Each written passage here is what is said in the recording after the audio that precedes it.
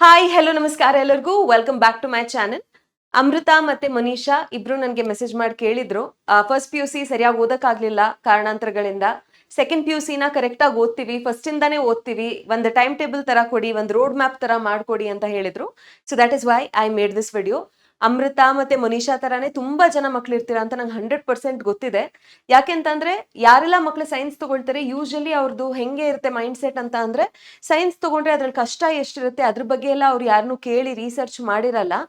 S S L C ಎಕ್ಸಾಮ್ನಲ್ಲಿ mostly ಎಲ್ಲ ಮಕ್ಕಳು ಯಾರಿಗೆಲ್ಲ 85% ಪ್ಲಸ್ ಬಂದಿರುತ್ತೆ ಅವ್ರು ಅನ್ಕೊಂಡ್ಬಿಟ್ಟಿರ್ತಾರೆ, ಓ ನಾನು ಸೂಪರ್ ಬುದ್ಧಿವಂತ ಅಥವಾ ಬುದ್ಧಿವಂತೆ, ನಾನು ಸೈನ್ಸ್ ತಗೊಳ್ತೀನಿ, ನಾನು ಎಂಜಿನಿಯರ್ ಆಗ್ತೀನಿ, ಡಾಕ್ಟರ್ ಓದ್ತೀನಿ ಅಂತ ಎಲ್ಲ. ಬಟ್ ಆಕ್ಚುಲಿ ಅವ್ರಿಗೆ reality check first P U ಸಿಯ ಫಸ್ಟ್ ಟೆಸ್ಟ್ ಆದ ನಂತರ ಗೊತ್ತಾಗುತ್ತೆ. ನೀವ್ ಎಸ್ ಎಸ್ ಎಲ್ ಸಿ ಅಲ್ಲಿ ಏನ್ ಓದಿರ್ತೀರಾ ಅದನ್ನ ಕಂಪೇರ್ ಮಾಡಿದ್ರೆ ಪಿ ಯು ಸಿ ಅಲ್ಲಿರೋ ಸಿಲೆಬಸ್ ಅಂತೂ ತುಂಬಾ ಜಾಸ್ತಿ. ಅದು ಫಸ್ಟ್ ಪಿ ಯು ಸಿ ಅಲ್ಲಿ ಸ್ಪೆಷಲಿ ಬಯಾಲಜಿಯಲ್ಲಿ ನಂಬರ್ ಆಫ್ ಚಾಪ್ಟರ್ಸ್ ತುಂಬಾ ಜಾಸ್ತಿ ಇದೆ, ಸೆಕೆಂಡ್ ಪಿ ಯು ಸಿನ ಕೂಡ ಕಂಪೇರ್ ಮಾಡಿದ್ರೆ. ಸೊ ಎಲ್ಲರಿಗೂ ಸ್ವಲ್ಪ ಹೊಸ ಕಾಲೇಜ್ ಫೀಲಿಂಗ್, ಅದು ಅಡ್ಜಸ್ಟ್ ಆಗೋದು, ನಿಮ್ಗೆ ರಿಯಾಲಿಟಿ ಅರ್ಥ ಆಗೋದು ಅಷ್ಟಾಗೋಷ್ಟರಲ್ಲೇ 6 ತಿಂಗಳು ಆಗ್ಬಿಟ್ಟಿರುತ್ತೆ, ಅಷ್ಟ್ರಲ್ಲಿ ಟೈಮ್ ಕಳೆದೋಗಿರುತ್ತೆ, ನಿಮ್ಗೆ ಒಂದು ಪ್ರಾಪರ್ ಗೈಡೆನ್ಸ್ ಸಿಕ್ಕಿರೋದಿಲ್ಲ ಹೇಗೆ ಓದೋದು ಅಂತ. ಆ ಕಾರಣಕ್ಕೆ ತುಂಬಾ ಜನ ಹೆಂಗೋ ಕಷ್ಟಪಟ್ಟು ರಾತ್ರಿ ಎಲ್ಲ ಓದಿ ಹೆಂಗೋ ಫಸ್ಟ್ ಪಿ ಯು ಸಿನ ಪಾಸ್ ಮಾಡ್ಕೊಂಡಿರ್ತೀರಾ ಅಥವಾ ಡೀಸೆಂಟ್ 65-70% ತಗೊಂಡಿರ್ತೀರಾ. ಬಟ್ ಇವಾಗ ಭಯ ಶುರುವಾಗಿರುತ್ತೆ, ಸೆಕೆಂಡ್ ಪಿ ಯು ಸಿಯಲ್ಲಿ ಚೆನ್ನಾಗಿ ಮಾರ್ಕ್ಸ್ ಬರಲಿಲ್ಲ ಅಂತ ಅಂದ್ರೆ ಫ್ಯೂಚರ್ ಎಫೆಕ್ಟ್ ಆಗುತ್ತೆ ಅಂತ. So I am very happy. ಇಷ್ಟು ಶುರುನಲ್ಲೇ ನೀವೆಲ್ಲ ನನ್ನ ಕೇಳಿರೋದು, ಅಷ್ಟು ಇಂಟ್ರೆಸ್ಟ್ ತೋರಿಸಿರೋದು ಓದೋದ್ರ ಬಗ್ಗೆ, ಐ ಆಮ್ ವೆರಿ ಹ್ಯಾಪಿ. ಅದಕ್ಕೆ ನಾನು ಆದಷ್ಟು ಬೇಗ ವಿಡಿಯೋನ ಮಾಡ್ತಾ ಇದ್ದೀನಿ. ಸೊ ಈ ವಿಡಿಯೋ ಮುಖಾಂತರ ನಾನು ನಿಮ್ಗೆ ಏನ್ ಹೇಳ್ತೀನಿ ಅಂತ ಅಂದ್ರೆ, ಏನೆಲ್ಲ ರಿಕ್ವೈರ್ಡ್ ಸ್ಟೆಪ್ಸ್ ಇರುತ್ತೆ ನೀವು ಒಳ್ಳೆ ಮಾರ್ಕ್ಸ್ ತಗೊಳ್ಳೋದಕ್ಕೆ, ಅದು ನಂಬರ್ ಒನ್. ಅಂಡ್ ಯಾವೆಲ್ಲ ಎಕ್ಸಾಮ್ಸ್ ನೀವು ಈ ವರ್ಷ ಅಟೆಂಪ್ಟ್ ಮಾಡ್ತಾ ಇರ್ತೀರಾ ಅದ್ರ ಬಗ್ಗೆ ಕೂಡ ಸ್ವಲ್ಪ ಇನ್ಫಾರ್ಮೇಶನ್ ಕೊಡ್ತೀನಿ.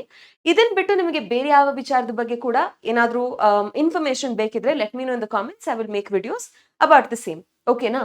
ಸೊ ಮೊದಲನೇದಾಗಿ 2027 ಅಲ್ಲಿ ಯಾರೆಲ್ಲ ಸೆಕೆಂಡ್ ಪಿ ಯು ಸಿ ಎಕ್ಸಾಮ್ನ ಅಟೆಂಪ್ಟ್ ಮಾಡ್ತೀರಾ, ಅದೇ ವರ್ಷ ನೀವು ಒಂದ್ ಎಕ್ಸಾಮ್ ಅಲ್ಲ 3 ಎಕ್ಸಾಮ್ನ ಬರೀತಾ ಇರ್ತೀರಾ. ಮೆಜಾರಿಟಿ ಬಯಾಲಜಿ ಸ್ಟೂಡೆಂಟ್ಸ್ ಅಥವಾ P C M B science ತಗೊಂಡಿರೋರು ಕೆ ಸಿ ಟಿ ಎಕ್ಸಾಮ್ ಅಂತೂ ಬರ್ದೇ ಬರೀತಾರೆ ಸೆಕೆಂಡ್ ಪಿ ಯು ಸಿ ಆದ್ಮೇಲೆ. ಯಾಕೆಂದ್ರೆ ಟೆಕ್ನಿಕಲ್ ಕೋರ್ಸಸ್ಗೆಲ್ಲ ಹೋಗ್ಬೇಕು ಅಂತ ಅಂದ್ರೆ, ಎಂಜಿನಿಯರಿಂಗ್ ಮಾಡಬೇಕು, ಅಥವಾ ಕೆಲವೊಬ್ರು ಮನೆಯಲ್ಲಿ ಸ್ವಲ್ಪ ಫಾರ್ಮ್ ಲ್ಯಾಂಡ್ ಎಲ್ಲ ಇರುತ್ತೆ, ಅಗ್ರಿಕಲ್ಚರ್ ಅವ್ರ ತಂದೆ ಅಥವಾ ಅವ್ರ ಫ್ಯಾಮಿಲಿಯಲ್ಲಿ ಮಾಡ್ಕೊಂಡು ಬಂದಿರ್ತಾರೆ. ಸೊ ಅವ್ರ ಅಗ್ರಿಕಲ್ಚರಲ್ ಸೈನ್ಸಸ್ ಕಲಿಬೇಕು ಅಂತ ಇರುತ್ತೆ, ಅಥವಾ ಯಾರಾದ್ರೂ ವೆಟರ್ನರಿ ಸೈನ್ಸ್ ನಲ್ಲಿ ಬಿ ಎಸ್ ಸಿ ಮಾಡಬೇಕು ಅಂತ ಇರ್ಬೋದು, ಕೆಲವೊಬ್ಬರಿಗೆ ನರ್ಸಿಂಗ್ ಕಡೆ ಇಂಟ್ರೆಸ್ಟ್ ಇರ್ಬೋದು. ಸೊ ಇಂಥವರೆಲ್ಲ ಕೆ ಸಿ ಟಿ ಎಕ್ಸಾಮ್ ಅಂತೂ ಮ್ಯಾಂಡೇಟರಿ ಬರ್ದೇ ಬರೀತಾರೆ. ಮೂರನೇದೇನು ಅಂತಂದ್ರೆ, ಬಯಾಲಜಿ ತಗೊಂಡಿದ್ದೀನಿ, ನಮ್ಮ ಮೈಂಡಲ್ಲಿ ಏನು ಬಯಾಲಜಿ ತಗೊಂಡ್ರೆ ಡಾಕ್ಟರ್ ಆಗ್ಬೋದು. ಡಾಕ್ಟರ್ ಆಗೋದು ಅಷ್ಟು ಈಸಿ ಅಲ್ಲ, ಆಯ್ತಾ? ಆದ್ರೆ ಇಂಪಾಸಿಬಲ್ ಅಲ್ಲ. ಸ್ಟಾರ್ಟಿಂಗ್ ಇಂದ ನಾನು ಏನ್ ಹೇಳ್ತೀನಿ ಅದನ್ನ ನೀವು ಮಾಡ್ಕೊಂಡು ಬಂದ್ರೆ ಸಾಧ್ಯತೆ ಇನ್ಕ್ರೀಸ್ ಆಗತ್ತೆ. ಬಟ್ ಶಿಸ್ತಿಂದ ಓದ್ಬೇಕಷ್ಟೇ, ಆಯ್ತಾ? ನಾವ್ ಅನ್ಕೊಂಡಿರೋಷ್ಟು ಬೋರ್ಡ್ ಎಕ್ಸಾಮ್ ಬರ್ದಂಗೆ, S S L C exam ಬರ್ದಂಗೆ ಕಾಂಪಿಟೇಟಿವ್ ಎಕ್ಸಾಮ್ಸ್ ಅಲ್ಲ. ಅದಕ್ಕೆ ಅದರದೇ ಆದ ಬೇರೆ ಲೆವೆಲ್ ಆಫ್ ಡೆಡಿಕೇಶನ್ ಮತ್ತೆ ಡಿಸಿಪ್ಲಿನ್ ಬೇಕಾಗುತ್ತೆ. ಸೊ ಒಂದ್ ಎಕ್ಸಾಮ್ ನಿಂದ ಇನ್ನೊಂದು ಎಕ್ಸಾಮ್ ಯಾವ ರೀತಿ ಡಿಫ್ರೆಂಟ್ ಆಗಿರುತ್ತೆ, ನಮ್ಮ ಪ್ರಿಪರೇಷನ್ ಅದ್ರ ತಕ್ಕಂತೆ ಯಾವ ರೀತಿ ಡಿಫ್ರೆಂಟ್ ಆಗಿರ್ಬೇಕು, ಯಾವ ರೀತಿ ನಾವು ಸ್ಟ್ರಾಟಜೈಸ್ ಮಾಡ್ಕೊಳ್ಬೇಕು, ಅದನ್ನೆಲ್ಲ ನಾನು ನಿಮ್ಗೆ ಇವತ್ತು ಹೇಳ್ತೀನಿ. Okay? So second P U C 2027 ಅಲ್ಲಿ ನೀವು 100% mandatory second P U C board exam ಬರ್ದೇ ಬರೀಬೇಕು ಅಲ್ವಾ? ಸೊ ಆ second P U C board exam ನಲ್ಲಿ ನೀವು ಪಾಸ್ ಆಗಿದ್ರೆ ಅವಾಗ್ಲೇ ನೀವು ಕ್ವಾಲಿಫೈ ಆಗಕ್ಕಾಗೋದು ನಿಮ್ಮ ಎಂಟ್ರೆನ್ಸ್ ಎಕ್ಸಾಮ್ಸ್ಗೆ. ಸೊ ಕಂಪೇರ್ಡ್ ಟು ಇದು ಮೂರು, K C E T, board exam, NEET ನ ಕಂಪೇರ್ ಮಾಡಿದ್ರೆ ಬೋರ್ಡ್ ಎಕ್ಸಾಮ್ ತುಂಬಾ ತುಂಬಾ ಈಸಿ, ಆಯ್ತಾ? ಅದು ಕರ್ನಾಟಕ ಸ್ಟೇಟಿನ ಬೋರ್ಡ್ ಎಕ್ಸಾಮ್ ತುಂಬಾ ಈಸಿ. ಅದೇ ನೀವು ಬೇರೆ ಸೌತ್ ಇಂಡಿಯನ್ ಸ್ಟೇಟ್ಸ್ ತಗೊಳ್ಳಿ ಅಥವಾ C B S C board ನ ತಗೊಳ್ಳಿ, ಅಪ್ಲಿಕೇಶನ್ ಬೇಸ್ಡ್ ಕ್ವೆಶನ್ಸ್ ತುಂಬಾ ಜಾಸ್ತಿ ಇರುತ್ತೆ. ತೆಲಂಗಾಣ, ಆಂಧ್ರ ಪ್ರದೇಶ್ ಮತ್ತೆ ಕೇರಳ ಅಥವಾ ತಮಿಳ್ನಾಡು ಅವ್ರ ಸಿಲೆಬಸ್ ಕೂಡ ತುಂಬಾ ಜಾಸ್ತಿ ಇರುತ್ತೆ. ಮತ್ತೆ ಅವರು ಡೈರೆಕ್ಟ್ ಕ್ವೆಶನ್ಸೇ ಕೇಳಲ್ಲ ನಮ್ಮ ಕರ್ನಾಟಕ ಬೋರ್ಡ್ ತರ. ಬಟ್ ನಮ್ಮಲ್ಲಿ ಏನ್ ಮಾಡಿದ್ದಾರೆ ಅಂದ್ರೆ, ಎಸ್ ಎಸ್ ಎಲ್ ಸಿ ಇಂದಾನು ಕೂಡ ಪಿ ಯು ಸಿ ನಲ್ಲೂ ಕೂಡ ಕ್ವೆಶನ್ ಪೇಪರ್ನ ತುಂಬಾ ಈಸಿ ಮಾಡ್ಬಿಡ್ತಾರೆ, ಎಲ್ಲರೂ ಪಾಸ್ ಆಗೋ ತರ. ತಲೆಯಲ್ಲಿ ಬುದ್ಧಿ ಉಪಯೋಗಿಸೋದು, ಏನ್ ಕಲ್ತಿದ್ದೀನಿ ಅದನ್ನ ಅಪ್ಲೈ ಮಾಡೋದು, ಅಂತಹ ಕ್ವೆಶನ್ಸ್ ತುಂಬಾ ಕಡಿಮೆ. ಲಾಸ್ಟ್ ಕೆಲವು ವರ್ಷಗಳಿಂದ ಹಾಟ್ಸ್ ಅಂತ ಇಂಟ್ರೊಡ್ಯೂಸ್ ಮಾಡಿದ್ದಾರೆ, ಬಟ್ ಅದು ಕೂಡ ಅಂತಹ ಡಿಫಿಕಲ್ಟ್ ಲೆವೆಲ್ ಏನಲ್ಲ, ಈಸಿಯಾಗಿ ಸಾಲ್ವ್ ಮಾಡ್ಬೋದು. ಒಂದು ಪೂರ್ತಿ ಪೇಪರ್ ಅಲ್ಲಿ ಹಾಟ್ಸ್ ಒಂದು 10% ಕ್ವೆಶನ್ಸ್ ಇದ್ರೆ ಇರ್ಬೋದು. ಸೊ ನಿಮ್ಗೆ ಬೋರ್ಡ್ ಎಕ್ಸಾಮ್ ನ ಪ್ರಿಪರೇಷನ್ ಏನೂ ಪ್ರಾಬ್ಲಮ್ ಆಗಲ್ಲ, ಈಸಿಯಾಗಿ ನೀವು ಅದನ್ನ ಒಳ್ಳೆ ಮಾರ್ಕ್ಸೇ ತಗೊಳ್ಬೋದು, ಆಯ್ತಾ? ಸೊ ಡಿಫಿಕಲ್ಟಿ ಲೆವೆಲ್ ಅಲ್ಲಿ ಅದು ತುಂಬಾ ಕಡಿಮೆ ಇದೆ. ಇದ್ರಲ್ಲಿ ನಮ್ಗೆ ಅಷ್ಟು ಕಷ್ಟವಾಗಿರೋ ಕ್ವೆಶನ್ಸ್ ನ ಕೇಳದೆ ಇರೋ ಕಾರಣ, ನಮ್ಮ ನಾಲೆಜ್ ನ ಅಪ್ಲೈ ಮಾಡುವಂತಹ ಕ್ವೆಶನ್ಸ್ ಕೇಳದೆ ಇರೋ ಕಾರಣ, ನಮ್ಗೆ K C T exam, NEET exam ಕರ್ನಾಟಕದ ಸ್ಟೂಡೆಂಟ್ಸ್ಗೆ, ಸ್ಪೆಷಲಿ ಪಿ ಯು ಬೋರ್ಡ್ ಸ್ಟೂಡೆಂಟ್ಸ್ಗೆ ಸ್ವಲ್ಪ ಕಷ್ಟ ಅಂತ ಅನಿಸ್ಬೋದು. ಸೊ ಆ ಕಾರಣಕ್ಕೆ ಇಲ್ಲಿ ನಮ್ಮ ಎಫರ್ಟ್ ಜಾಸ್ತಿ ಬೇಕಾಗತ್ತೆ. ಒಂದ್ ಕಡೆ ಎಲ್ಲಿ ಬೋರ್ಡ್ ಎಕ್ಸಾಮ್ ಕಷ್ಟ ಅನ್ಸ್ಬೋದು ಮಕ್ಕಳಿಗೆ ಅಂತ ಅಂದ್ರೆ ಯಾರಾದ್ರೂ ಕನ್ನಡ ಮೀಡಿಯಂನಲ್ಲಿ 10th ಸ್ಟ್ಯಾಂಡರ್ಡ್ ತನಕ ಓದಿ ಕಾಲೇಜ್ಗೆ ಇಂಗ್ಲಿಷ್ ಮೀಡಿಯಂಗೆ ಹೋಗಿದ್ರೆ ಅವ್ರ ಕಾನ್ಸೆಪ್ಟ್ ಏನೋ ಅರ್ಥ ಆಗಿರುತ್ತೆ. ಬಟ್ ದೊಡ್ಡ ದೊಡ್ಡ ಆನ್ಸರ್ ಕೊಟ್ಟಾಗ ಅದನ್ನ ಇಂಗ್ಲಿಷ್ ನಲ್ಲಿ ಬರೆಯೋದು ಸ್ವಲ್ಪ ಕಷ್ಟ ಆಗ್ಬೋದು. ಬಟ್ ಅದು ಸ್ವಲ್ಪ ಪ್ರಾಕ್ಟೀಸ್ ನಿಂದ ಅದು ನಾವು ಪಿಕಪ್ ಮಾಡ್ಕೊಳ್ಬಹುದು. That is not a difficult thing. ಅದರಲ್ಲಿ ಚಿಂತೆ ಪಡುವಂತಹ ಏನು ವಿಷಯ ಇಲ್ಲ. This is the easiest of the 3. ಆಯ್ತಾ? ನೆಕ್ಸ್ಟ್ ಇರೋದು ನಮ್ಮ KCET ಎಕ್ಸಾಮ್. PCMB ತಗೊಂಡಿರೋ ಮಕ್ಕಳೇ ನನ್ನ ಚಾನಲ್ ಅಲ್ಲಿ ಬಂದಿರ್ತಾರೆ, ಯಾಕಂದ್ರೆ ನಾನು ಕಲ್ಸೋದೇ ಬಯಾಲಜಿ ಅಲ್ವಾ. ಸೊ ಇಲ್ಲಿ KCET ಎಕ್ಸಾಮ್ ನಲ್ಲಿ PCM ನ ನೀವು ಸೆಲೆಕ್ಟ್ ಮಾಡ್ಕೊಂಡ್ರೆ ಎಂಜಿನಿಯರಿಂಗ್ ಕೋರ್ಸಸ್ ನ ಮಾಡ್ಬೋದು.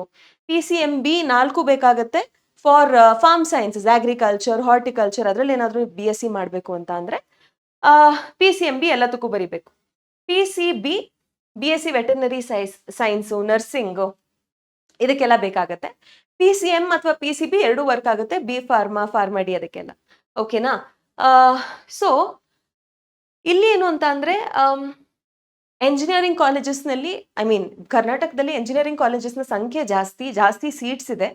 ಸೊ ಈ PCM ಮುಖಾಂತರ ನೀವು ಕೋರ್ಸ್ ತಗೊಳ್ಬೇಕು ಅಂತ ಅಂದ್ರೆ ನಿಮ್ಗೆ ಎಲ್ಲೋ ಕಡಿಮೆ ರ್ಯಾಂಕಿಂಗ್, ಅಂದ್ರೆ ಜಾಸ್ತಿ ರ್ಯಾಂಕಿಂಗ್, ಕಡಿಮೆ ರ್ಯಾಂಕಿಂಗ್ ಅಲ್ಲ, 20,000 30,000 ರ್ಯಾಂಕಿಂಗ್ ಬಂದ್ರೂ ಕೂಡ ನಿಮ್ಗೆ ಒಂದು ಡೀಸೆಂಟ್ ಕಾಲೇಜಲ್ಲಿ ಅಡ್ಮಿಷನ್ ಸಿಗುತ್ತೆ.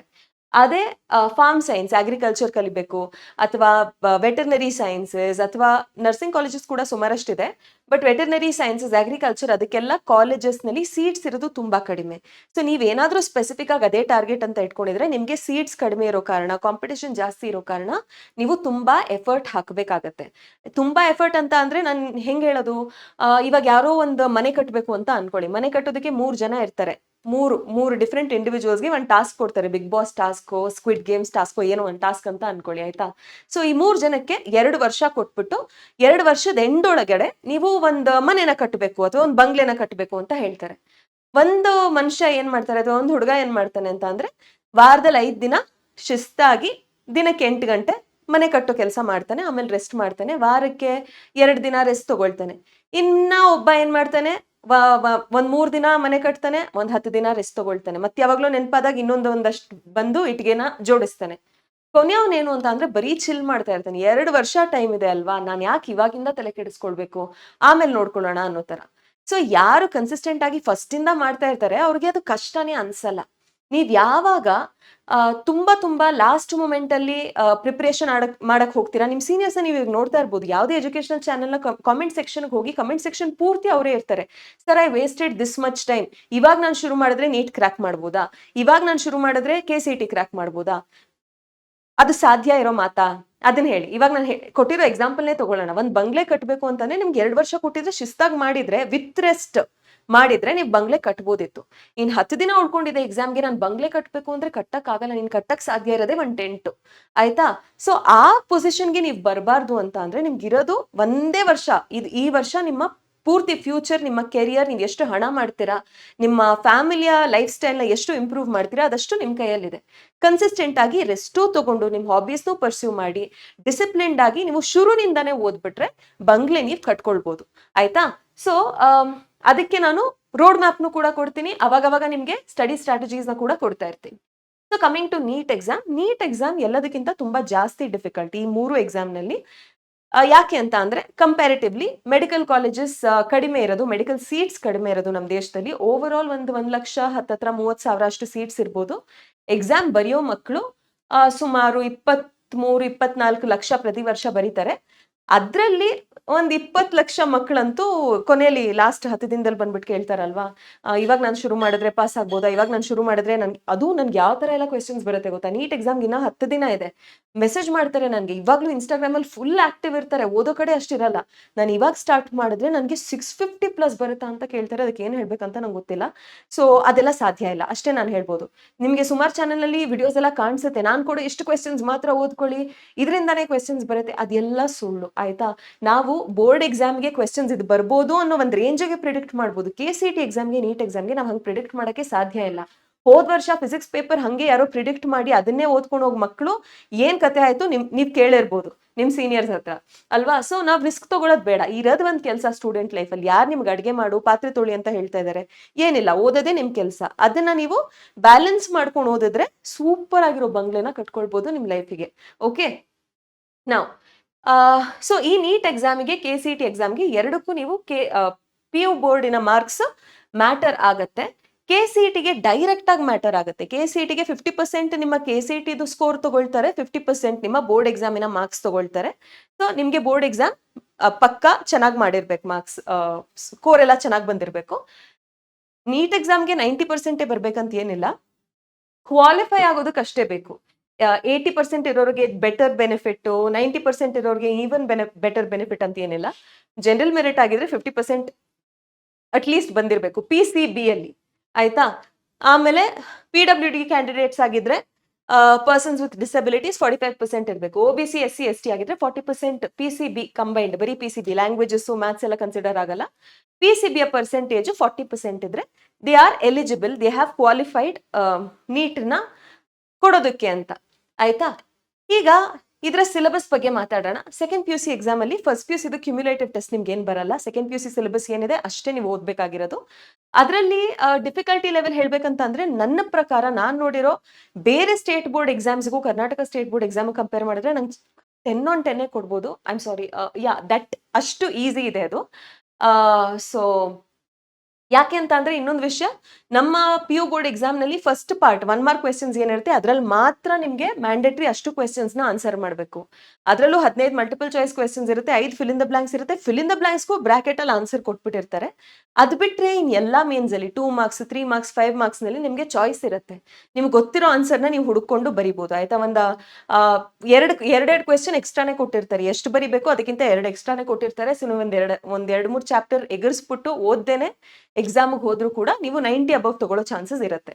ಸೊ ಅದು ಒಂದು ವಿಷಯ. ಇನ್ನೊಂದೇನು ಅಂದ್ರೆ ಬೋರ್ಡ್ ಎಕ್ಸಾಮ್ ಅವರು, ಕರ್ನಾಟಕದ ಸ್ಟೇಟ್ ಬೋರ್ಡ್ ಅವರು ಸ್ಪೆಷಲಿ ಎಲ್ಲರೂ ಮಕ್ಕಳು ಪಾಸ್ ಆಗ್ಬೇಕು ಅನ್ನೋ ಮೈಂಡ್ ಸೆಟ್ ಜಾಸ್ತಿ. ಹೆಂಗ್ ಕಲಿತಿದ್ದಾರೆ, ಹೆಂಗ್ ಅರ್ಥ ಮಾಡ್ಕೊಳ್ತಾ ಇದ್ದಾರೆ, ಅದ್ರ ಅಪ್ಲಿಕೇಶನ್ ಏನೋ ಅದನ್ನ ಟೆಸ್ಟ್ ಮಾಡಲ್ಲ. ಸೊ ವರ್ಷ ಅದೇ ಕ್ವೆಶನ್ಸ್, ಸಿಮಿಲರ್ ಕ್ವೆಶನ್ಸ್ ರಿಪೀಟ್ ಆಗ್ತಾ ಬರುತ್ತೆ. ಸೊ ನಾವು ಪ್ರಿಡಿಕ್ಟ್ ಮಾಡ್ಬೋದು ಅದನ್ನ. ಆ ಕಾರಣದಿಂದ that makes that exam a little easy. ಈಗ KCETಗೆ ಬಂದ್ರೆ, KCETಯಲ್ಲಿ ಅದು ಒಂದು ಮಲ್ಟಿಪಲ್ ಚಾಯ್ಸ್ ಎಕ್ಸಾಮ್, ಉದ್ದುದ ಆನ್ಸರ್ ಬರೆಯೋ ಹಾಗಿಲ್ಲ. ಅದರಲ್ಲಿ ಎಲ್ಲಾ ಕ್ವೆಶನ್ಸ್ಗೆ 1 mark ಇರುತ್ತೆ. ಒಂದು ಸಬ್ಜೆಕ್ಟ್ ಅಲ್ಲಿ 60 ಕ್ವೆಶನ್ ಇರುತ್ತೆ. ಫಸ್ಟ್ PUC ಸೆಕೆಂಡ್ PUC ಎರಡು ಸಿಲೆಬಸ್ ಇನ್ಕ್ಲೂಡ್ ಆಗಿರುತ್ತೆ. ಓವರ್ ಆಲ್ 60 ಕ್ವೆಶನ್ ಅಲ್ಲಿ ಎಲ್ಲಾ ಸಬ್ಜೆಕ್ಟ್ಸ್ ಅಲ್ಲೂ ಮೆಜಾರಿಟಿ 45 ಕ್ವೆಶನ್ಸ್, ಅಪ್ರಾಕ್ಸಿಮೇಟ್ಲಿ 46 ಆಗ್ಬೋದು 44 ಆಗ್ಬೋದು, ಅರೌಂಡ್ 45 ಕ್ವೆಶನ್ಸ್ ನಿಮ್ಗೆ ಸೆಕೆಂಡ್ PUC ಸಿಲೆಬಸ್ ಬರುತ್ತೆ. ಇನ್ನು ಉಳ್ಕೊಂಡಿರೋ 1 mark, ಉಳ್ಕೊಂಡಿರೋ 15 questions first PUC syllabus ನಿಂದ ಬರುತ್ತೆ. ಸೊ ಇದಕ್ಕಿಂತ ಸ್ಲೈಟ್ಲಿ ಮೋರ್ ಡಿಫಿಕಲ್ಟ್. ಸೊ ಇದರಲ್ಲಿ ಚಾಯ್ಸ್ ಇರಲ್ಲ, ಅಷ್ಟು ಕ್ವೆಶನ್ಸ್ ನ ಆನ್ಸರ್ ಮಾಡಬೇಕು. ಬಟ್ ನೀವೇನಾದ್ರೂ ತಪ್ಪು ಉತ್ತರ ಮಾಡಿದ್ರೆ ನಿಮ್ಗೆ ನೆಗೆಟಿವ್ ಮಾರ್ಕಿಂಗ್ ಇರಲ್ಲ, ಅದು ಒಂದು ಡಿಫರೆನ್ಸ್ ಇದರಲ್ಲಿ. ಕಾಂಪಿಟೇಟಿವ್ ಎಕ್ಸಾಮೇ ಆಗಿದ್ರು ಕೂಡ ಇದರಲ್ಲಿ ನೆಗೆಟಿವ್ ಮಾರ್ಕಿಂಗ್ ಇರೋದಿಲ್ಲ. ಬಟ್ ಇದು ಕೂಡ ಪ್ರೆಡಿಕ್ಟ್ ಮಾಡೋದು ಸ್ವಲ್ಪ ಕಷ್ಟ. ಸಿಮಿಲರ್ ಕಾನ್ಸೆಪ್ಟ್ಸ್ ಇಂದ ಬರುತ್ತೆ ಅಂತ ಹೇಳ್ಬೋದು, ಬಟ್ ಇದೇ ಕ್ವೆಶನ್ ಬರುತ್ತೆ ಅಂತ ಬೋರ್ಡ್ ಎಕ್ಸಾಮ್ ಅಲ್ಲಿ ಹೇಳೋ ತರ ಇಲ್ಲಿ ಹೇಳೋದಕ್ಕೆ ಆಗಲ್ಲ. ಫೈನಲ್ ಆಗಿ NEET most difficult of the 3. ಇಲ್ಲಿ ನಿಮ್ಗೆ ಚಾಯ್ಸ್ ಇಲ್ಲ. ಇಲ್ಲಿ first PUC second PUC equal importance. In fact first PUC ಜಾಸ್ತಿ ನಂಬರ್ ಆಫ್ ಚಾಪ್ಟರ್ಸ್ ಇರೋ ಕಾರಣ ಫಸ್ಟ್ PUC ಯ ಕ್ವೆಶನ್ಸ್ ಜಾಸ್ತಿ ಬರುತ್ತೆ ಸೆಕೆಂಡ್ PUC ಗಿಂತ. ಎಷ್ಟು ಕಾನ್ಫಿಡೆಂಟ್ ಆಗಿ, ಎಷ್ಟು ಪರ್ಫೆಕ್ಟ್ ಆಗಿ ನೀವು ಸೆಕೆಂಡ್ PUC ಸಿಲೆಬಸ್ ನ ಓದಿರ್ತೀರಾ, ಅಷ್ಟೇ ಪರ್ಫೆಕ್ಟ್ ಆಗಿ ನಿಮಗೆ ಫಸ್ಟ್ PUC ಸಿಲೆಬಸ್ ಪೂರ್ತಿ ನೆನಪಿರ್ಬೇಕು, ಆಯ್ತಾ. ಆಮೇಲೆ ಇಲ್ಲಿ ನೆಗೆಟಿವ್ ಮಾರ್ಕಿಂಗ್ ಇದೆ. ಯಾವ್ದಾದ್ರು ಕ್ವೆಶನ್ಗೆ ನೀವು ಅಕಸ್ಮಾತ್ ತಪ್ಪು ಉತ್ತರ ಕೊಟ್ಬಿಟ್ರೆ, ಕರೆಕ್ಟ್ ಆಗಿ ಆನ್ಸರ್ ಮಾಡಿರೋ ಕ್ವೆಶನ್ಸ್ಗೆ ಏನ್ ಮಾರ್ಕ್ಸ್ ಸಿಕ್ಕಿರುತ್ತಲ್ವಾ, ಅದರಿಂದ ನಿಮ್ಗೆ ಮೈನಸ್ ಆಗುತ್ತೆ, ಆಯ್ತಾ. ಆಮೇಲೆ ಇದು ಕೂಡ ಪ್ರಿಡಿಕ್ಟ್ ಮಾಡಕ್ ಆಗಲ್ಲ. ಜಗತ್ತಿನ ಯಾವುದೇ ಎಕ್ಸಾಮ್ ನ ನೀವು ತಗೊಂಡ್ರು ಕೂಡ, ಕಾಂಪಿಟೇಟಿವ್ ಆಗಿರ್ಲಿ, ಬೋರ್ಡ್ ಎಕ್ಸಾಮ್, ಸಬ್ಜೆಕ್ಟಿವ್ ಏನೇ ಆಗಿದ್ರು, ಒಂದು ಎಕ್ಸಾಮ್ ನಲ್ಲಿ ಒಂದು ಸ್ಟೂಡೆಂಟ್ ತುಂಬಾ ಚೆನ್ನಾಗಿ ಪರ್ಫಾರ್ಮ್ ಮಾಡಬೇಕು ಅಂತ ಅಂದ್ರೆ ಕೆಲವೊಂದು ಸ್ಟೆಪ್ಸ್ ಮ್ಯಾಂಡೇಟರಿ ತಗೊಳ್ಬೇಕು. ಇವಾಗ ಮನೆ ಕಟ್ಟುವಾಗ ಹೇಗೆ ಫಸ್ಟ್ ಒಂದು ಫೌಂಡೇಶನ್ ಹಾಕ್ಬೇಕು, ಅದಾದ್ಮೇಲೆ ಪಿಲ್ಲರ್ ಏನೋ ಮಾಡ್ತಾರೆ, ಅದಾದ್ಮೇಲೆ ಬ್ರಿಕ್ಸ್ ಲೇ ಮಾಡ್ತಾರೆ, ಅದ್ರ ಮೇಲೆ ಸಿಮೆಂಟ್ ಹಾಕ್ತಾರೆ. ಸಿಮೆಂಟ್ ಹಾಕಿದ ತಕ್ಷಣ ಪೇಂಟ್ ಮಾಡಲ್ಲ, ಸ್ವಲ್ಪ ದಿನ ಅದಕ್ಕೆಲ್ಲ ನೀರು ಎಲ್ಲ ಹಾಕಿ ಅದನ್ನ ಕ್ಯೂರಿಂಗ್ ಅಂತ ಕರೀತಾರೆ. ಅದಾದ್ಮೇಲೆ ಪೇಂಟ್ ಎಲ್ಲ ಮಾಡೋದು ಅಲ್ವಾ. ಸೊ ಮಧ್ಯದಲ್ಲಿ ಯಾವ್ದನ್ನ ಒಂದ್ ಸ್ಟೆಪ್ ಮಿಸ್ ಆದ್ರೂ ಕೂಡ ಓವರ್ ಆಲ್ ಮನೆ ಜಾಸ್ತಿ ದಿನ ಬಾಳ್ಕೆ ಬರಲ್ಲ. ಇವಾಗ ಸಿಮೆಂಟ್ ನೀವು ಸರಿಯಾಗಿ ಕ್ಯೂರ್ ಮಾಡಿದ್ರೆ ತಕ್ಷಣ ಪೇಂಟಿಂಗ್ ಮಾಡ್ಬಿಟ್ರೆ, ಅಥವಾ ನೀವು ಸರಿಯಾಗಿ ಮೋಲ್ಡ್ ನ ಸರಿಯಾಗಿ ಮಾಡ್ಲಿಲ್ಲ ಅಂತ ಅಂದ್ರೆ ಆ ಮನೆಯ ಸ್ಟ್ರಕ್ಚರ್ ಸ್ಟೇಬಲ್ ಆಗಿರಲ್ಲ. ಹಾಗೆ ನಿಮ್ಮ ಪ್ರಿಪರೇಷನ್ ಅಲ್ಲೂ ಕೂಡ ಇದರಲ್ಲಿ ಯಾವ್ದು ಸ್ಟೆಪ್ಸ್ ಮಿಸ್ ಮಾಡುವಂತದ್ದಲ್ಲ. ಸದ್ಯಕ್ಕೆ ನಿಮ್ ಹತ್ರ ಕರೆಕ್ಟ್ ಟೈಮ್ ಇದೆ, ಎನಫ್ ಟೈಮ್ ಇದೆ ಟು ಬಿಲ್ಡ್ ಅ ಬಂಗ್ಲೆ. ನೀವು ಅದನ್ನ ಕರೆಕ್ಟ್ ಆಗಿ ಯೂಸ್ ಮಾಡ್ಕೊಂಡ್ರೆ ಬಂಗ್ಲೆನ ಬಿಲ್ಡ್ ಮಾಡ್ಬೋದು. ಸೊ ಆ ಬಂಗ್ಲೆ ಬಿಲ್ಡ್ ಮಾಡೋದಕ್ಕೆ ಈ ಎಲ್ಲಾ ಸ್ಟೆಪ್ಸ್ ಕೂಡ ಇದೆ. ಫಸ್ಟ್ ಏನು, ಎಲ್ಲಾ ಎಕ್ಸಾಮ್ಗೂ, ಬೋರ್ಡ್ ಎಕ್ಸಾಮ್ ಆಗ್ಲಿ, KCET ಎಕ್ಸಾಮ್ ಆಗ್ಲಿ, ನೀಟ್ ಎಕ್ಸಾಮ್ ಆಗ್ಲಿ, ಕಾನ್ಸೆಪ್ಟ್ಸ್ ಅರ್ಥ ಮಾಡ್ಕೊಂಡಿರೋದು ತುಂಬಾ ತುಂಬಾ ಮುಖ್ಯ. ಕಾನ್ಸೆಪ್ಟ್ಸ್ ಹೆಂಗ್ ಅರ್ಥ ಮಾಡ್ಕೊಳ್ತೀರಾ? ಲೆಕ್ಚರ್ ಕೇಳೋದ್ರಿಂದ. ನನ್ನ ಹತ್ರನೇ ಕೇಳ್ಬೇಕಂತ ನಾನು ಹೇಳಲ್ಲ. ಕಾಲೇಜ್ಗೆ ಹೋಗ್ತೀರಾ ಅಲ್ವಾ, ಕಾಲೇಜಲ್ಲಿ ಎನಿವೇ ಕಾಲೇಜ್ಗೆ ಹೋಗಿರ್ತೀರಾ, ಟೈಮ್ ಪಾಸ್ ಮಾಡಕ್ ಬದಲು ಪಾಠ ಮಾಡ್ತಾ ಇರುವಾಗ ಗಮನ ಇಟ್ಟು ಕೇಳಿ. ಅರ್ಥ ಆಗತ್ತಾ, ಅರ್ಥ ಆಗಲ್ವಾ, ಇವ್ರು ಸರಿಯಾಗಿ ಕಲ್ಸಲ್ಲ, ಅವ್ರು ಸರಿಯಾಗಿ ಕಲ್ಸಲ್ಲ ಅನ್ನೋಕ್ ಬದಲು ಗಮನ ಇಟ್ಟು ಕೇಳಿ. ಒಬ್ಬೊಬ್ರ ಹತ್ರ ನಿಮ್ಗೆ ಒಂದೊಂದು ವಿಷಯ ಏನಾದ್ರೂ ಸ್ಪೆಷಲ್ ಆಗಿ ಯುನೀಕ್ ಆಗಿ ಹೇಳ್ಕೊಡುವಂತಹ ಅಬಿಲಿಟಿ ಟೀಚರ್ಸ್ಗೆ ಇರುತ್ತೆ. ಸೊ ನೀವು ಗಮನ ಇಟ್ಟು ಕೇಳಿದಾಗ ನಿಮ್ಗೆ I mean you can't even believe it, exam ಟೈಮ್ನಲ್ಲಿ ಯಾವಾಗ್ಲೂ ಕಲ್ತಿರೋದು ಕ್ಲಾಸಲ್ಲಿ ಏನೋ ಕೇಳಿರೋದು ಪಟ್ಟಂತ ನೆನಪಾಗಿ ನೀವು ಆನ್ಸರ್ ಮಾಡ್ಬೋದು.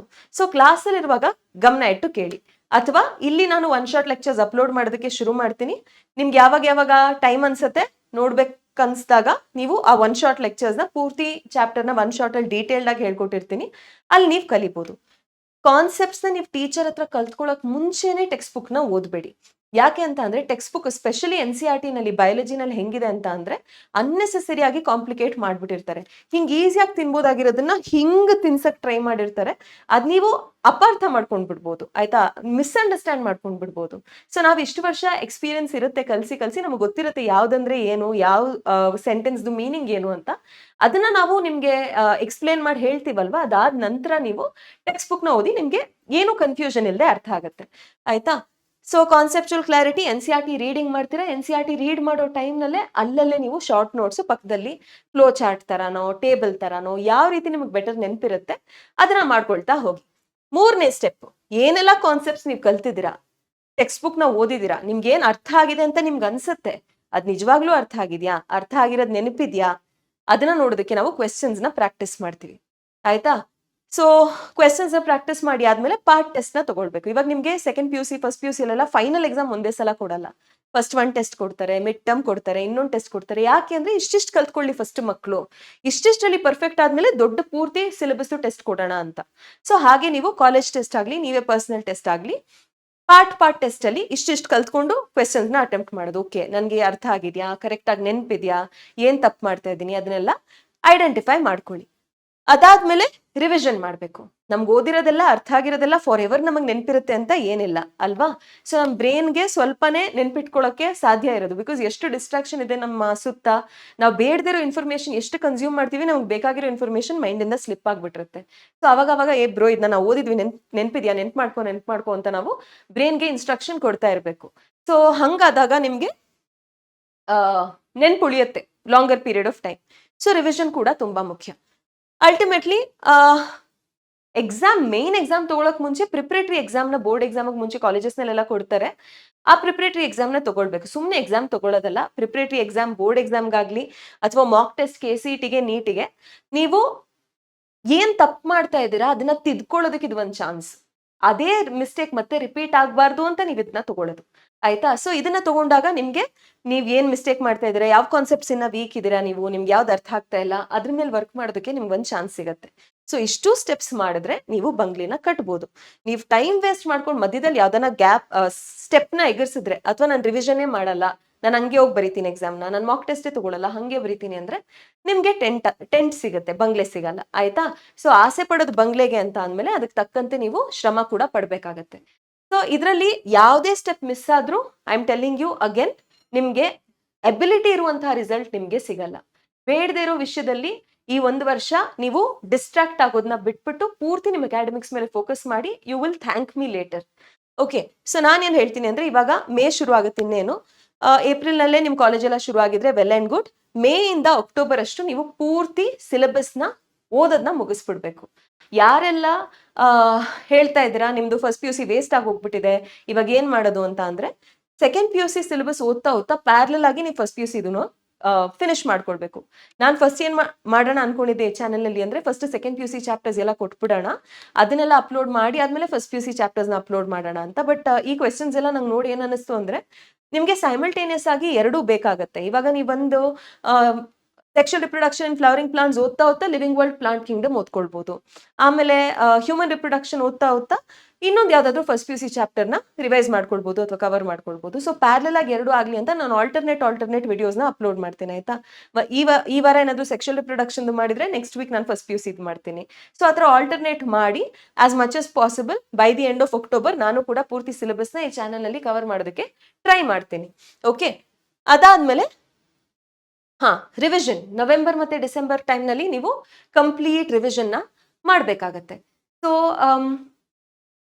ಇಲ್ಲಿ ರಿವಿಷನ್ ಮಾಡುವಾಗ ನಾನು ಆ ಪಾಯಿಂಟಿಗೆ ಬಂದಾಗ ಹೆಂಗ್ ರಿವೈಸ್ ಮಾಡೋದು, ಅದ್ರ ಸ್ಟ್ರಾಟಜಿ ಏನು, ಯಾವ ಥರ KCETಗೆ ರಿವೈಸ್ ಮಾಡಬೇಕು, ಯಾವ ಥರ ಬೋರ್ಡ್ ಎಕ್ಸಾಮಿಗೆ ರಿವೈಸ್ ಮಾಡಬೇಕು, ಅದನ್ನೆಲ್ಲ ನಾನು ಹೇಳ್ಕೊಡ್ತೀನಿ. Preparatory exam this will be board ಎಕ್ಸಾಮ್ಗೆ ಜಾನ್ವರಿ ಫೆಬ್ರವರಿ ಆ ಟೈಮ್ನಲ್ಲಿ ಪ್ರಿಪ್ರೇಟರಿ ಎಕ್ಸಾಮ್ ಶುರು ಆಗುತ್ತೆ. ಅಷ್ಟೊತ್ತಿಗೆ ನಿಮ್ಮ ಪ್ರಾಕ್ಟಿಕಲ್ ಎಕ್ಸಾಮು ಆಮೇಲೆ ಮಾಕ್ ಪ್ರಾಕ್ಟಿಕಲ್ಸ್ ಇದೆಲ್ಲ ಕಾಲೇಜಲ್ಲಿ ಶುರು ಆಗುತ್ತೆ. ನೀವು ಸುಮಾರಷ್ಟು ಬ್ಯುಸಿ ಆಗಿಬಿಡ್ತೀರಾ ಆ ಟೈಮ್ಗೆ. ಇಮಿಡಿಯೇಟ್ಲಿ ಆಫ್ಟರ್ ದಟ್ ಮಾರ್ಚ್ನಲ್ಲಿ ನಿಮ್ಗೆ ಎಕ್ಸಾಮ್ ಶುರು ಆಗುತ್ತೆ. ಸೊ ಇಲ್ಲಿ ಇಷ್ಟರಲ್ಲೇ ನೀವು ಚೆನ್ನಾಗಿ ಪ್ರಿಪೇರ್ ಆಗಿಬಿಟ್ಟಿದ್ರೆ ಪ್ರಿಪ್ರೇಟರಿ ಎಕ್ಸಾಮ್ನ ಆರಾಮಾಗಿ ಹೋಗ್ಬಾರ್ದು, ನೀವು ಚೆನ್ನಾಗೇ ಮಾಡ್ಬೋದು ಬೋರ್ಡ್ ಎಕ್ಸಾಮ್ಸ್ನ. ಬೋರ್ಡ್ ಎಕ್ಸಾಮ್ ಆದ ನಂತರ ಅದರದ್ದೆಲ್ಲ ಗಲಾಟೆ ಅದೆಲ್ಲ ಮುಗ್ದಾದ್ಮೇಲೆ ಏಪ್ರಿಲ್ ಪೂರ್ತಿ KCET ನೀಟ್ದು ಮಾಕ್ ಟೆಸ್ಟ್ ತಗೊಳ್ಳೋದಕ್ಕೆ ನೀವು ಇಡಬೇಕು. ಯಾರು ಏಪ್ರಿಲ್ ಅಲ್ಲಿ ಬಂದು ನನಗೆ ಬ್ಯಾಕ್ಲಾಗ್ ಇದೆ, ನನ್ನ ಫಸ್ಟ್ ಚಾಪ್ಟರೇ ನನಗೆ ಗೊತ್ತಿಲ್ಲ, ಪೂರ್ತಿ ಸಿಲೆಬಸ್ ಒನ್ ಶಾಟ್ ನನಗೆ ಮಾಡಿ ರಿವೈಸ್ ಮಾಡಿಸಿ ಅಂತ ಅಂದ್ರೆ ನಾನು ಮಾಡ್ಸಲ್ಲ, ಆಯ್ತಾ? ಅದು ಹೆಲ್ಪ್ಫುಲ್ಲು ಆಗಲ್ಲ. ಯಾರೆಲ್ಲ ಏನೂ ಓದಿಲ್ಲ ಅವ್ರಿಗೆ ಒಂದು ಹೆಲ್ಪ್ ಆಗ್ಬೋದು, ಬಟ್ ಯಾರೆಲ್ಲ ಎಲ್ಲ ಓದಿರ್ತಾರೆ ಅವ್ರಿಗೆ ಹೆಲ್ಪ್ ಆಗ್ಬೋದು. ಯಾರೆಲ್ಲ ಏನೂ ಓದಿಲ್ಲ ಅವ್ರಿಗೆ ಏನ್ ಮಾಡಿದ್ರು ಹೆಲ್ಪ್ ಆಗಲ್ಲ, ಆಯ್ತಾ? ಬಿಕಾಸ್ ಅವ್ರಿಗೆ ಏನಂದ್ರೆ ಆ ಕನ್ಸಿಸ್ಟೆನ್ಸಿ ಡಿಸಿಪ್ಲಿನ್ ಬಿಲ್ಡೇ ಆಗಿರಲ್ಲ. ಯಾವಾಗ್ಲೂ ಬೇರೆಯವ್ರ ಮೇಲೆ ಡಿಪೆಂಡೆಂಟ್ ಆಗಿರ್ತಾರೆ, ಯೂಟ್ಯೂಬ್ ಮೇಲೆ ಡಿಪೆಂಡ್ ಆಗಿರ್ತಾರೆ. ಅವ್ರಿಗೆ ಸೆಲ್ಫ್ ಸ್ಟಡಿ ಅನ್ನೋದೇ ಮರ್ತು ಹೋಗ್ಬಿಟ್ಟಿರುತ್ತೆ. ಸೊ ನಾನು ಈ ಚಾನೆಲ್ ಕ್ರಿಯೇಟ್ ಮಾಡಿರೋದು ಏನು ಅಂತ ಅಂದ್ರೆ, want to get students to be disciplined again. ಎಲ್ಲದಕ್ಕೂ ಇನ್ನೊಬ್ಬರ ಮೇಲೆ ರಿಲಯಂಟ್ ಆಗಿರಬಾರ್ದು. ಸ್ಟಾರ್ಟಿಂಗ್ ಇಂದ ಶಿಸ್ತಿಂದ ಕಲಿಬೇಕು, ಆ ಡಿಸಿಪ್ಲಿನ್ ನ ಬಿಲ್ಡ್ ಮಾಡ್ಕೊಳ್ಬೇಕು. ಇಲ್ಲದೆ ಇದ್ರೆ ತುಂಬಾ ಕಷ್ಟ. ಯಾರಾದ್ರೂ ಇವಾಗ ನಾನು 2 ವರ್ಷ ಏನು ಓದಿಲ್ಲ, 10 ದಿನ ನೀಟ್ ಎಕ್ಸಾಮ್ ಬಾಕಿ ಉಳ್ಕೊಂಡಿದೆ, ನಾನು ಈ 3 ಪೇಪರ್ ಮಾಕ್ ಟೆಸ್ಟ್ ನ ಮಾಡಿದ್ರೆ ನಂಗೆ 650+ ಬರುತ್ತಾ ಅಂತ ಕೇಳಿದ್ರೆ ನಾನು ಏನ್ ತಾನೇ ಹೇಳಕ್ಕಾಗತ್ತೆ? He is not preparing, he or she is not preparing to be a carpenter ಕೆಲಸದಲ್ಲಿ ನೀವೇನಾದ್ರೂ, I am not looking down upon carpenters, ಅದು ಕೂಡ ಇಂಪಾರ್ಟೆಂಟ್ ಕೆಲಸ ನಮ್ಮ ಸೊಸೈಟಿಯಲ್ಲಿ. ಬಟ್ ನೀವು ಕಾರ್ಪೆಂಟರ್ ಮಾಡ್ತಾ ಇರುವಾಗ ಏನೋ ಮರ ಒಂದು ಹಿಂಗಾಯ್ತಾ, ಫರ್ನಿಚರ್ ಹಿಂಗಾಯ್ತಾ, ಪರವಾಗಿಲ್ಲ, ಮೇಜರ್ ಏನಾಗಲ್ಲ. ಬಟ್ ಯಾರು ಡಾಕ್ಟರ್ ಆಗ್ತಾ ಇರ್ತಾರೆ, they are going to save other peoples lifes, ಅವ್ರಿಗೆ ಎಷ್ಟು ಶಿಸ್ತು ಬೇಕು, ಎಷ್ಟು ಆ ಸಬ್ಜೆಕ್ಟ್ ಬಗ್ಗೆ ನಾಲೆಜ್ ಇರಬೇಕು. ಆ ತರ ನೀವೊಂದು ಕೆರಿಯರ್ ಪಾತ್ನ ಚೂಸ್ ಮಾಡ್ಬಿಟ್ಟು ನಂಗೆ ಕಷ್ಟನೇ ಪಡಲ್ಲ ಅಂತ ಅಂದ್ರೆ ಅದು it's impossible for you to do well there, ಅಲ್ವಾ?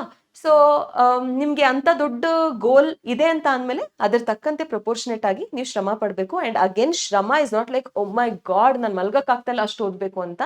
ಇವಾಗಿಂದ ನೀವು ಕರೆಕ್ಟಾಗಿ ಓದ್ಕೊಂಡ್ರೆ, ಪ್ರಾಪರ್ ಬ್ರೇಕ್ಸ್ ತಗೊಂಡು, ನಿಮ್ದು ಏನ್ ಹಾಬೀಸ್ ಇರುತ್ತೆ ಅದನ್ನೂ ಪರ್ಸ್ಯೂ ಮಾಡ್ಕೊಂಡು ಶಿಸ್ತಿಂದ ಪ್ರತಿ ದಿನ ನೀವು ಅಟ್ಲೀಸ್ಟ್ 3 ಅವರ್ ಓದಿ. ಇವಾಗಿಂದ 2 ಅವರ್ ದಿನಕ್ಕೆ ಓದಿ, ಅದು ಕೂಡ ಸಾಕು, ಆಯ್ತಾ?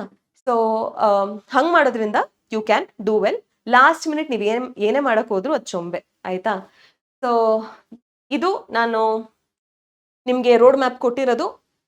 ನಿಮ್ಗೆ ಡೈಲಿ ಪ್ಲಾನರ್ ನಿಮ್ಮ ಹತ್ರ ಎಷ್ಟು ಟೈಮ್ ಇದೆ, ನೀವು ಇದನ್ನ ಹೆಂಗ್ ಯೂಸ್ ಮಾಡ್ಕೊಳ್ಬೋದು ಅದನ್ನ ಕೂಡ ನಾನು ಮಾಡ್ತೀನಿ. ಅದನ್ನು ಕೂಡ ಕೆಲವು ಮಕ್ಕಳು ಕೇಳಿದ್ರು, ಡೈಲಿ ಸ್ಟಡಿ ಪ್ಲಾನರ್ ತರ ಮಾಡ್ಕೊಡಿ ಅಂತ. ಇನ್ನೊಂದು ವಿಡಿಯೋ ಕ್ರಿಯೇಟ್ ಮಾಡ್ತೀನಿ ಅದಕ್ಕೋಸ್ಕರ. ಸೊ ಐ ಹೋಪ್ ನಿಮ್ಗೆ ಕ್ಲಾರಿಟಿ ಸಿಕ್ಕಿದೆ ಅಂತ. ಕಷ್ಟಪಡಿ, ಇವಾಗಲೇ ನಿಮ್ಗೆ ಟೈಮ್ ಅದಕ್ಕೆ, ಆಯ್ತಾ? ಸೊ ನೀವು ಎಷ್ಟು ಕಷ್ಟಪಡ್ತೀರಾ ಅಷ್ಟು ಸ್ವೀಟ್ ಆಗಿರುತ್ತೆ ನಿಮ್ಮ ಫ್ಯೂಚರ್. ಇವಾಗ ನೀವು ಎಷ್ಟು ಚಿಲ್ ಮಾಡ್ತೀರಾ ಫ್ಯೂಚರ್ ಅಷ್ಟು ನಿಮ್ಗೆ ಕಷ್ಟ ಆಗತ್ತೆ, ಅದನ್ನ ಅರ್ಥ ಮಾಡ್ಕೊಳ್ಳಿ, ಆಯ್ತಾ? ಇವಾಗ ನೀವು ಫ್ಯೂಚರ್ನಲ್ಲಿ ಹೋಗಿದ ಕಡೆ, ಏನಾದ್ರೂ ಕಂಡಿದ ಕಡೆ ನೀವು ತಗೊಳ್ಬೇಕು ಅಂತ ಅಂದ್ರೆ, ಓ ನಂಗೆ ಇಯರಿಂಗ್ ಇಷ್ಟ ಆಯ್ತು, ಓ ಈ ಡೈಮಂಡ್ ತಗೊಳ್ಬೇಕು ನಾನು, ಅಥವಾ ನನ್ನ ಅಪ್ಪನ್ಗೆ ನಾನು ಆ ಕಾರ್ ಕೊಡಿಸ್ಬೇಕು, ಆ ಥರ ಏನಾದ್ರೂ ನೀವು ಮಾಡ್ಬೇಕು ಅಂತ ಅಂದ್ರೆ ಹಣ ತುಂಬಾ ಮುಖ್ಯ. ಹಣ ಬರೋದು ನಿಮ್ ಬ್ರೇನ್ ಅಲ್ಲಿ ಏನಿದೆ, ಯಾರು ನಿಮ್ ಹತ್ರ ಏನು ಕಿತ್ಕೊಳಕ್ಕಾಗಲ್ಲ. ಇವಾಗ the knowledge that you have other people cannot take it away from you. ಅಂಥ ಸ್ಕಿಲ್ಸ್, ಅಂಥ ನಾಲೆಜ್ನ ನೀವು ಬೆಳೆಸ್ಕೊಂಡ್ರೆ you can do well in life, ಆಯ್ತಾ? So yeah, that's all I had to say ಇವತ್ತು. ಅಂಡ್ ನನ್ನ ಸೋಷಿಯಲ್ ಮೀಡಿಯಾ ಹ್ಯಾಂಡಲ್ಸ್ ಬಗ್ಗೆ ಹೇಳ್ತೀನಿ. ಇನ್ಸ್ಟಾಗ್ರಾಮ್ ಅಲ್ಲಿ you can find me on Shalini simplifies Kannada. ನನ್ನ ಹಳೆ ಚಾನಲ್, ನನ್ನ ಅದರ್ ಪ್ರೊಫೈಲ್ ಇಂಗ್ಲಿಷ್ಗೆ ಸೆಪರೇಟ್ ಆಗಿ ಇಟ್ಕೊಂಡಿದ್ದೀನಿ. ಶಾಲಿನಿ ಸಿಂಪ್ಲಿಫೈಸ್ ಅಂತ ಇರೋದು ಅದು ಬರೀ ಇಂಗ್ಲಿಷಲ್ಲಿ ಕಾಂಟೆಂಟ್ ಹಾಕೋದಕ್ಕೆ. ಶಾಲಿನಿ ಸಿಂಪ್ಲಿಫೈಸ್ ಕನ್ನಡ ಅಂತ ಬೇರೆ ಕನ್ನಡಕ್ಕೆ ಅಂತ ಮಾಡಿದ್ದೀನಿ. This is something that you can follow if you are on Instagram. If you not on Instagram, it's good, very good, very good, I am proud of you. ಆಮೇಲೆ ವಾಟ್ಸ್ಆ್ಯಪ್ನಲ್ಲಿ ನಿಮ್ಗೆ ಏನಾದರೂ ಅಪ್ಡೇಟ್ಸ್ ಬೇಕು ಅಂತ ಅಂದರೆ, ಲೈಕ್ ಇವಾಗ KCET ಏನೋ form release ಆಯಿತು, ನಾನೇನೋ ಕ್ಲಾಸ್ ಮಾಡಿದೆ ಅದ್ರ ನೋಟ್ಸ್ ಬೇಕು, ಅಥವಾ ಏನೋ ಒಂದು ಮೈಂಡ್ ಮ್ಯಾಪು, ಶಾರ್ಟ್ ಟ್ರಿಕ್ಸು ಏನೋ ಕೊಡ್ತೀನಿ ಅಂತ ಅಂದರೆ, ಸದ್ಯಕ್ಕೆ ನಾನು ನಂದೇ ಆ್ಯಪ್ ಇಟ್ಕೊಳ್ಳೋಷ್ಟೆಲ್ಲ ಬೆಳೆದಿಲ್ಲ. ಸೊ ಸದ್ಯಕ್ಕೆ ನನಗೆ ಸಾಧ್ಯ ಆಗೋದು ಈ ರೀತಿ ವಾಟ್ಸ್ಆ್ಯಪ್ನಲ್ಲೇ ಶೇರ್ ಮಾಡೋದಕ್ಕೆ. ಸೊ ವಾಟ್ಸ್ಆ್ಯಪ್ ಚಾನೆಲ್ನ ಹೆಸರು ಕೂಡ ಶಾಲಿನಿ ಸಿಂಪ್ಲಿಫೈಸ್. ಇದರದ್ದು ಕೂಡ ನಿಮಗೆ ಲಿಂಕ್ ಈ ಚಾನೆಲಿನ ಡಿಸ್ಕ್ರಿಪ್ಷನಲ್ಲಿ ಸಿಗುತ್ತೆ. So you can join over there. ನಿಮ್ಗೆ ಏನಾದರೂ ಬೇಕನ್ಸಿದ್ರೆ, ಅಗೇನ್ ಇಟ್ಸ್ ನಾಟ್ ಏನಂತಾರೆ, ಫೋರ್ಸ್ ಮಾಡ್ತಾ ಇಲ್ಲ, I am just letting you know. Yeah, ಅಷ್ಟೇ ಇವತ್ತಿಗೆ ನಾನು ಹೇಳಬೇಕಾಗಿರೋದು.